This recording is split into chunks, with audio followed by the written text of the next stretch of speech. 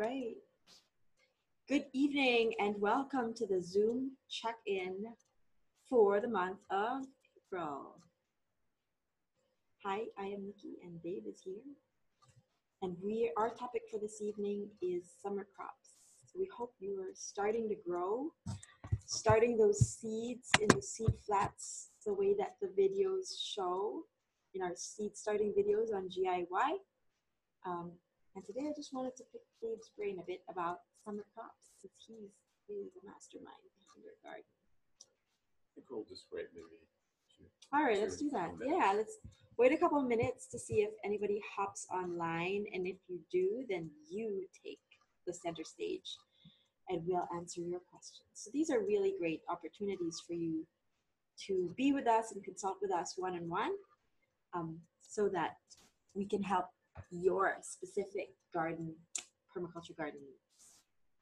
While we're waiting, what's your favorite summer crop? That's a pretty big question. There could be different reasons. You know, I really like the zucchini, the rampicante one, because I use it. I'm going to use it every day, every week rather. So you don't mind that it's jungly? Yeah, I do. That's the aesthetic part. But in terms of production, I like that it's very fruitful, and I like that I can make zucchini bread with it. I can embed it in my meatloaf and just do all sorts of zucchini things, washing things with it. So for those of you who don't know, rampicante is a climbing variety of summer squash. It forms long, thin zucchinis that hang down and form the shape of a trumpet. So it's very, very vigorous, and you can get more rampicantes than you know what to do with. Yep. So I like that. And of course, there's the bumblebee cherry tomatoes are really good too. How about I like you? those. Summer crop. I'm hoping this year I've kept the passion fruit. Oh, but I've never seen a fruit. Yeah. Yeah. So I'm hoping this year it'll. It's supposed to have a gorgeous flower. Yeah, I'm looking forward to a lot of flowers this year, since my front yard is now mostly flowers. It's the HOA. I guess. Yeah, the HOA were actually by my house this morning, and I ran out and said, "Hi, do you like my front yard?" They were all there, the whole board, inspecting front yards, and they said, "Yeah, it looks great." So I was then my heart started to beat fast because I realized my lettuces were really showing. I wasn't sure whether they knew what a lettuce looked like, so maybe they didn't, and they just glossed over it. But luckily, it's kind of a decorative lettuce. Yeah, beautiful rouge, really lettuce. So. Okay, I guess people are busy planting. That's why they. Yep, as are we. But we hope to support you in this way. So we're going to talk a little bit about summer crops. So Dave, if I were just starting to grow now, what summer crops would you suggest that I start with if I lived in the temperate climate? So you're saying if you had not started any seed yet, yes, and you wanted to start now in your garden, I think there's plenty of time, because most summer crops, they germinate when the temperature is hotter anyway. So if you had started to grow them indoors and your climate was be cold, they wouldn't grow very rapidly anyway. So you're going to see that when you start the seeds now, they grow much faster. So I would say that the things that you want to grow in the summer are going to be things that take advantage of the sun. So this is my personal opinion, but I think that the great thing about the summer is that you can grow things that fruit. vegetables or fruit like cucumbers, like melons, cucumbers, squash, or tomatoes, peppers, or eggplant. And then also things like beans will produce abundantly. So those are all fruiting vegetables. Why would I pick those over things like leafy greens during the summer? Because per plant, your yield for a fruiting vegetable, even though it uses up a lot more nutrients, is you're going to get a lot more bang for your buck in terms of spacing. And these are things that you can't really grow outside of the summer. So it's really worth growing them during the summer. Now, I think that my next question would be more about, okay, let's say I choose one. Let's say I choose tomatoes. Should I then, how do I know what to choose next? So you're saying, how would you design your garden around that focal point? Yes. So, or why would we even want to do that? Well, I mean, you're setting up the garden to grow things you like to eat. Right. It's one of the fundamental things. You don't want to grow things that you don't want to eat. So you want to create a support system that will increase the chances of success for that thing that you really set your heart on. Yeah, so let's say I really want tomatoes. Tomatoes are generally heavy feeders, so they need rich soil. What else should I plant with that? Like, I probably don't want to plant something that's a heavy feeder as well around it, right? Yeah, so the whole idea of permaculture guilds, it's slightly different than, I'm sure most gardeners heard about companion planting. So in companion planting, what you have are experiential data that people have noticed when they put two vegetables next to each other, one of them, or herbs, one of them would do better or worse next to that other vegetable. The problem is it's pretty experiential, and it's hard to kind of like isolate in a scientific way whether there's some other factor or variable that makes these two things that are next to each other work. So the idea of guilds goes back to this permaculture concept of having layers in your food forest. So you grow these different plants, not just also at the different layers so they take up and maximize the space that you're using, but also that they serve different functions. So you already know what the functions are. Like if you're going comfrey, it's a dynamic accumulator.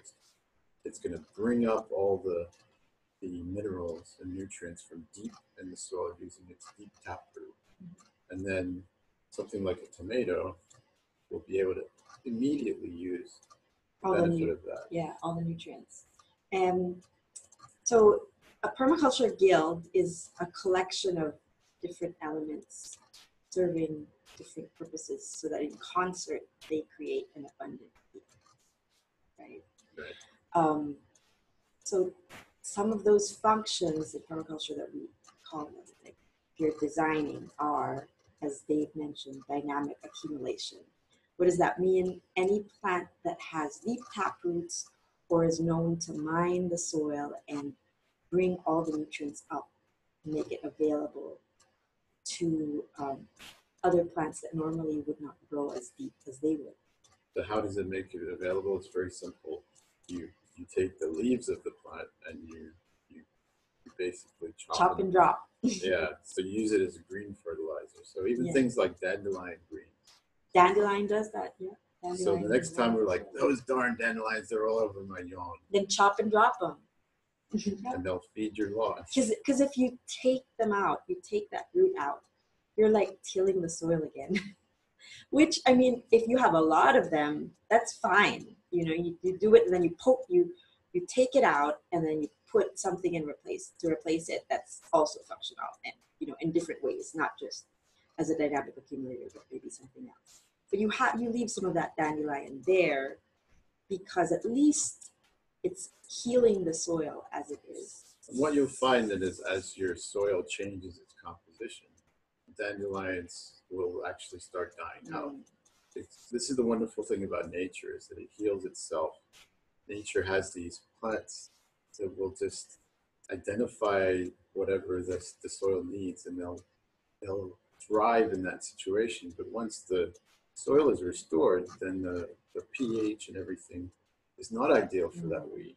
Right. So then other things will now grow in its place. I find that to be the case right now in my pot that's pretty acidic, where my blueberry is. And there's a dandelion there, and I just don't want to pull it out because I'm going to ruin it. It was the only surviving plant in that pot that was pretty acidic. So I'm hoping help that blueberry along.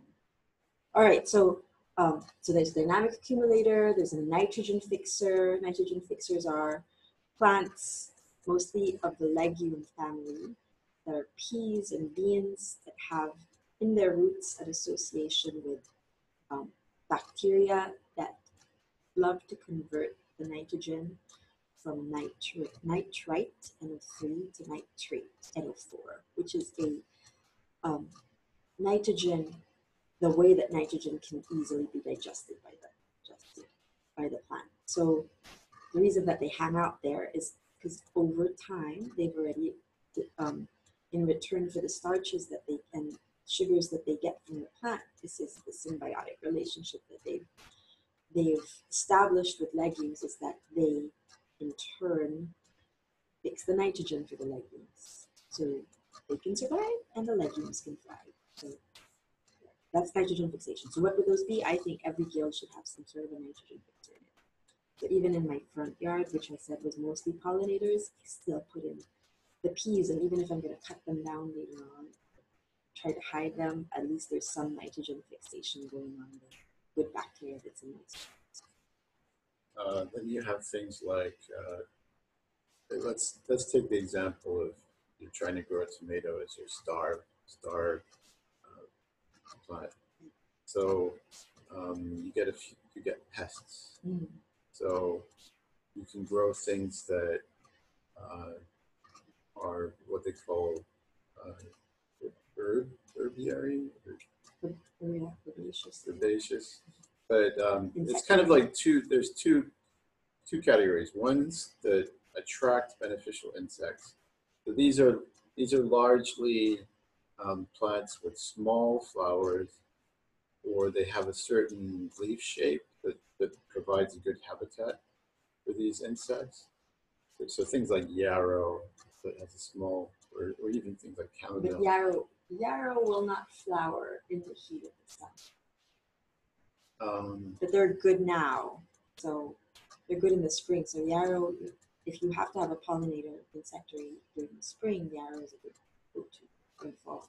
Then you have the second category of plants, which actually have strong odor, things like lavender and dill, and they actually, so things like the tomato hornworm or some of these other pests of tomatoes will be confused because they're flying around, and then they smell the dill, so they think, oh, okay, this plant is not a tomato, so I'm not interested in this garden. But if all you grow is a garden full of like 20 tomato plants and nothing else, then whatever likes tomatoes is going to be like, this is party time. Right. So it's a dynamic accumulator, nitrogen fixer, pollinator. You can grow things like shade, sort of like canopy, if you're in a very intense area. There's things you can grow that can store water. So these functions go on and on. Yeah, they're like multiple. They're more than those. They're definitely more than those functions. But they're all supporting the growth of each other and the growth of the tomato, of course.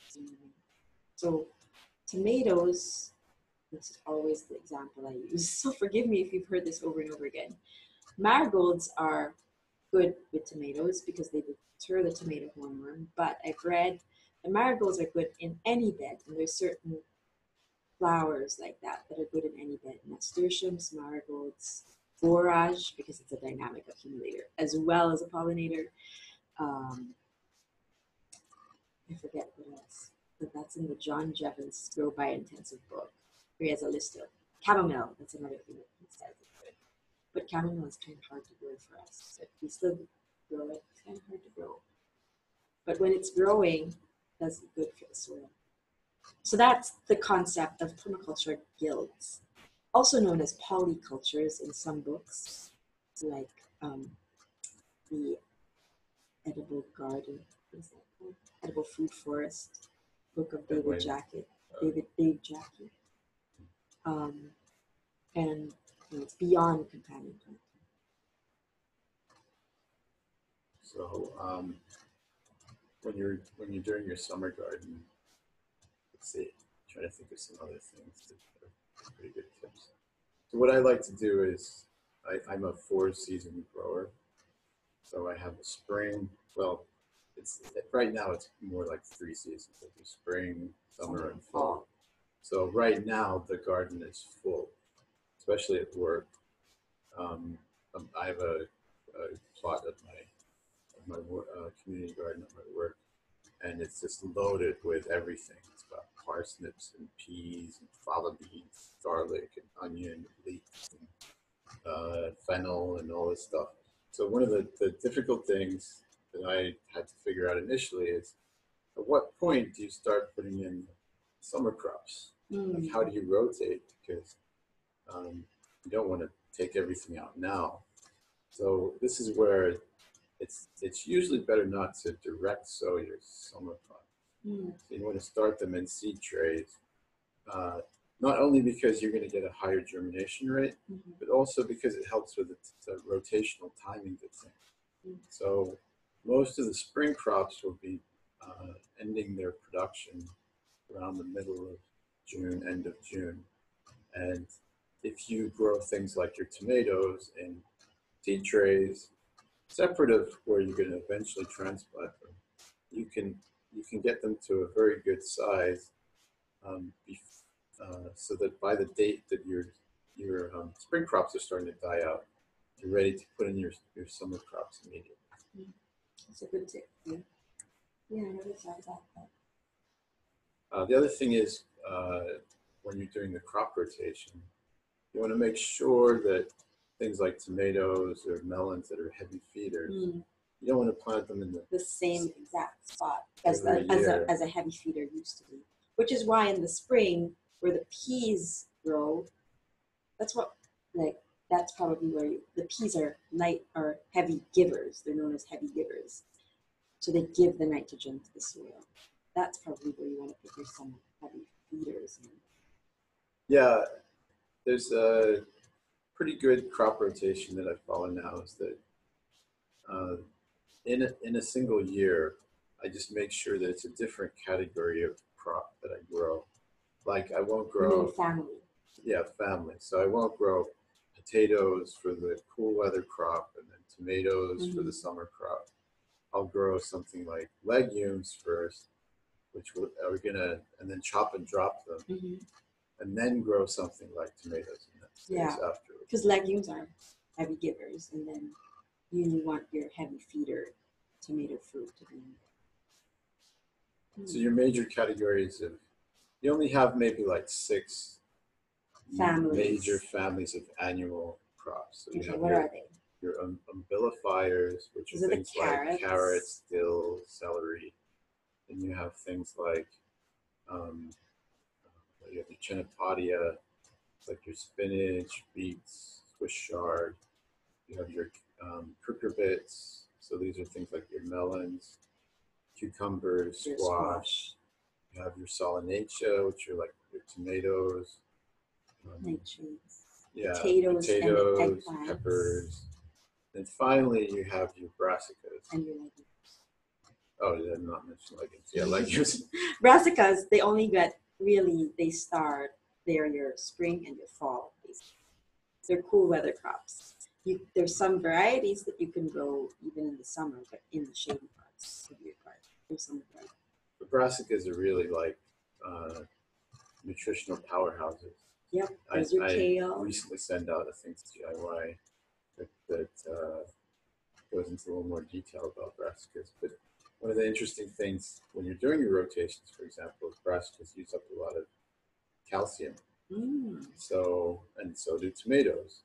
So you probably would Don't not want to put grow them in the like same place. a kale and then a tomato. Well, what would a calcium? What's a calcium? High in calcium plant? I thought it would give off calcium. Or you probably have to put in eggshells in that area too. Yeah, I mean that's an easy thing. Is you grind up the eggshells so that they're fine powder, and then just sprinkle them around the roots of the tomato. What that really helps with is, if you've ever suffered blossom end rot, which we have, our first year of growing. Our first year of growing, like, what is happening?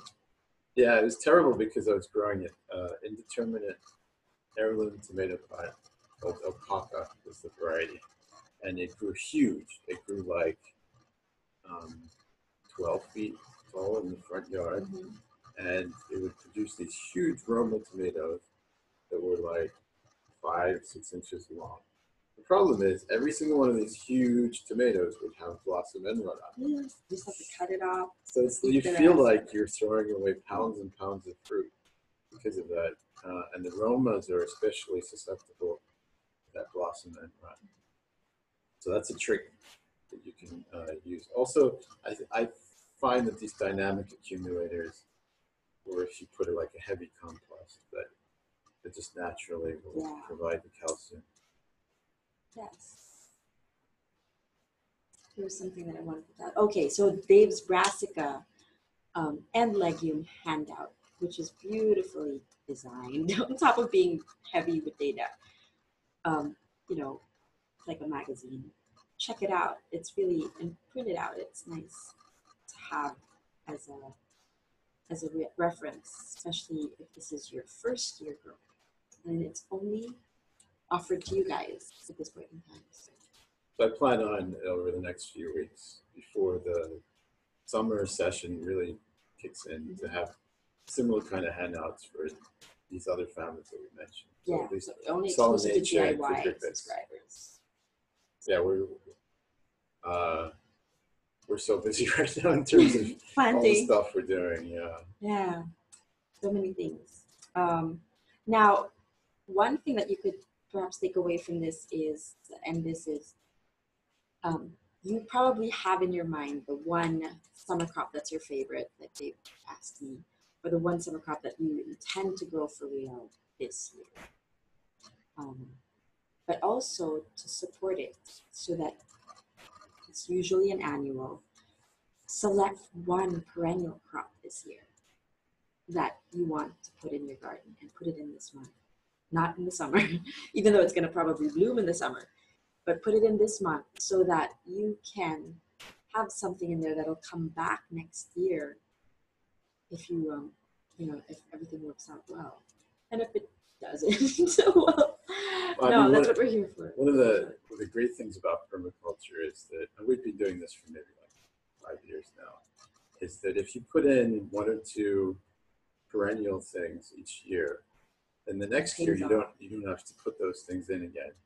And you can almost forget about those things until they start emerging, and they largely take care of themselves. So for example, in the back right now, it's nice. There's a lot of things that are just starting to, all the berry bushes are starting to flower. The rhubarb is starting to produce. There's so many things, and it's like a discovery each year because you put on all the hard work that one time, and now into the future, you're going to reap the benefits. Yeah, so if there's one thing you do, put in a perennial. All right, so we hope that this has been helpful. So we'll post this, and we appreciate your feedback. Ask us questions. You are our GIYers, so we're here to answer all your questions by email, via the Zoom check-in. So for example, if you know what your star plant is, but you need some help, assistance, creating that guild, let us know. You can, or show us like what you've already worked with, whether that works. Or what kind of options you have for that perennial. All right, well, we'll sign off here. Have a good rest of your night, day, and we will see you next time. Happy growing. Happy growing. Happy spring.